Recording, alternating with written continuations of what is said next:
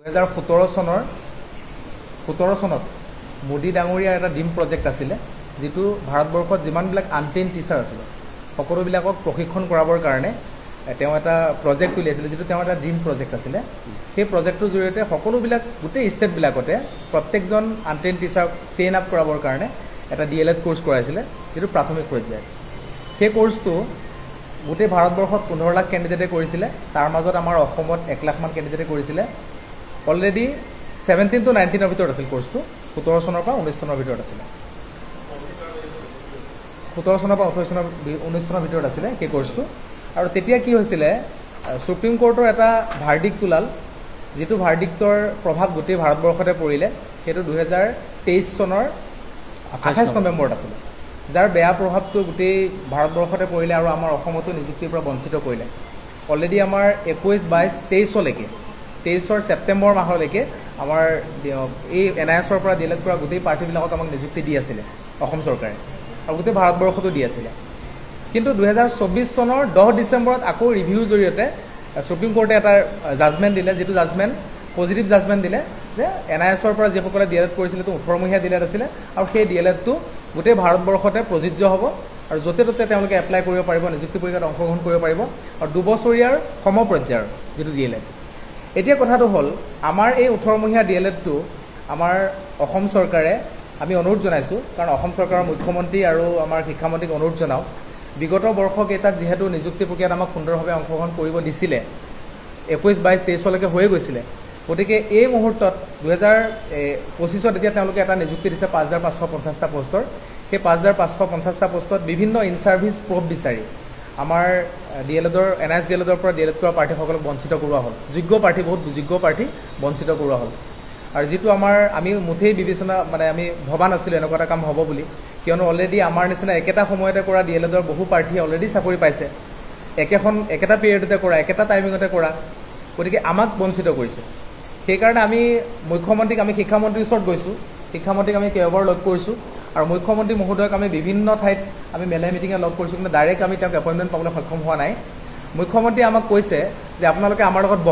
বহি পেলাই আলোচনাৰ মাধ্যমত আমি কামখিনি কৰো আমি মুখ্যমন্ত্ৰীক অনুৰোধ জনাও যে আপোনাক লগ পাবলৈ আমি অতি বিনম্ৰতাৰে আমি ৰৈ আছো আগ্ৰহেৰে বাট চাই আছো কিন্তু আমি এপইন্টমেন্ট পোৱা নাই গতিকে আমি অনুৰোধ জনাইছো আপুনি যাতে আমাক এপইন্টমেন্ট এটাৰ ব্যৱস্থা কৰি দিয়ে আপোনাৰ লগত আমি বহি আমাৰ যিখিনি দুখৰ বেদনা আমি কম আৰু আপুনি আমাক এটা সমাধানৰ ৰাস্তা দিব দ্বিতীয় কথা আমি ইএম ছাৰৰ ওচৰত গৈ ইএম ছাৰে কয় তোমালোকে কেছত যোৱা কেছৰ বাহিৰে বেলেগ ৰাস্তা নাই কিন্তু আমি এখিনি দুখীয়া মানুহ মানে প্ৰাইভেট স্কুলত কাম কৰা মানুহ এই মানুহখিনিয়ে কেনেকৈ কেছত 4-5 টকাত কাম কৰি আছে তেওঁলোকে পৰিয়াল চলাই আছে সেই কেজন মানুহে কেনেকৈ কেছত গৈ লাখ লাখ টকা খৰচা কৰি মানে জিকি আহিব পাৰিব সেই কাৰণে মই অনুৰোধ জনাইছো যে যেহেতু ভাৰতবৰ্ষত এই কোৰ্সটো প্ৰায় 13খন মান ষ্টেটত অলৰেডি কৰা হৈছিল তাৰ 9খন ষ্টেটে অলৰেডি ইমপ্লিমেন্ট কৰিলে এনআইএছ ডিএলএডক কোনো সূত্ৰ মানে কোনো কোৱেশ্চন নোহোৱাকৈ তেওঁলোকে নিযুক্তি প্ৰক্ৰিয়াত অংশগ্ৰহণ কৰিবলৈ দিছে কেৱল মাত্ৰ আমাৰ অসম আৰু ৱেষ্ট বেংগল আছে ৱেষ্ট বেংগলত নিদিয়া কথাটো এটা বেলেগ ধৰণৰ কাৰণ ৱেষ্ট বেংগলত মমতা বেনাৰ্জী চৰকাৰ গতিকে মমতা বেনাৰ্জীয়ে হয়তো মোদী ডাঙৰীয়া ড্ৰিম প্ৰজেক্টটো তেওঁ মানি ল'ব পৰা নাই কিন্তু আমাৰ অসমত যেহেতু বিজেপি চৰকাৰ আছে মুখ্যমন্ত্ৰী মহোদয়ক মই অনুৰোধ জনাও তেওঁ যেহেতু আমাৰ অসমৰ আমাৰ সৰ্বকালৰ সৰ্বশ্ৰেষ্ঠ মুখ্যমন্ত্ৰী আমি যাক আমি মামা বুলি সম্বোধন কৰোঁ আমাৰ সকলোৰে প্ৰিয় আমি অসমৰ সন্তান আমি বহুত কষ্ট কৰি দুবাৰ তিনিবাৰ টেট পাছ কৰিছোঁ গতিকে এবাৰ টেট পাছ কৰাটোৱে বহুত কষ্ট টেট পাছ কৰিছোঁ কিয় আমি শিক্ষক পদটোত অৱতীৰ্ণ হ'বৰ কাৰণে গতিকে আমি সমাজৰ কাম কৰিবৰ কাৰণে আহিছোঁ গতিকে মুখ্যমন্ত্ৰী মহোদয়ক অনুৰোধ জনাও যে আমাক যাতে তেওঁ এই দুখীয়া নিচলা প্ৰাইভেট স্কুলত কৰ্মৰত শিক্ষকসকলক এনআইএছ ডিএলএডৰ পৰা যিসকল যোগ্য প্ৰাৰ্থী আছে সেইসকলক অকণমান সকাহ দি যিখিনি ইন সাৰ্ভিস প্ৰব বিচাৰি আছে অকণমান সকাহ দি যাতে আমাক নিযুক্তি প্ৰক্ৰিয়াত অংশগ্ৰহণ কৰিবলৈ দিয়ে আমি তেওঁৰ প্ৰতি বিনম্ৰ অনুৰোধ জনালোঁ এইখিনি সময়তে কিন্তু সেই যিটো কোৰ্স এনআইএছ যিটো কোৰ্স আছিলে কেৱল মাত্ৰ কৰ্মৰত শিক্ষকসকলৰ বাবে সেই কোৰ্সটো আনিছিলে আৰু সেই একেখিনি সময়তে অসম চৰকাৰে এচিআৰটিৰ পৰা এটা কোৰ্স একেখিনি সময়তে কিন্তু কৰ্মৰত শিক্ষকসকলৰ বাবে আনিছিলে কিন্তু সেই কোৰ্সটো যেহেতুকে ইন সাৰ্ভিস কৰ্মৰত শিক্ষকসকলৰ বাবে অনা হৈছিলে এনআইএছও অনা হৈছিলে কিন্তু এনআইএছৰ শিক্ষকসকলৰ পৰা কৰ্মৰতৰ যি প্ৰমাণপত্ৰ সেই প্ৰমাণপত্ৰটো 10খনকৈ প্ৰমাণপত্ৰ বিচাৰিছে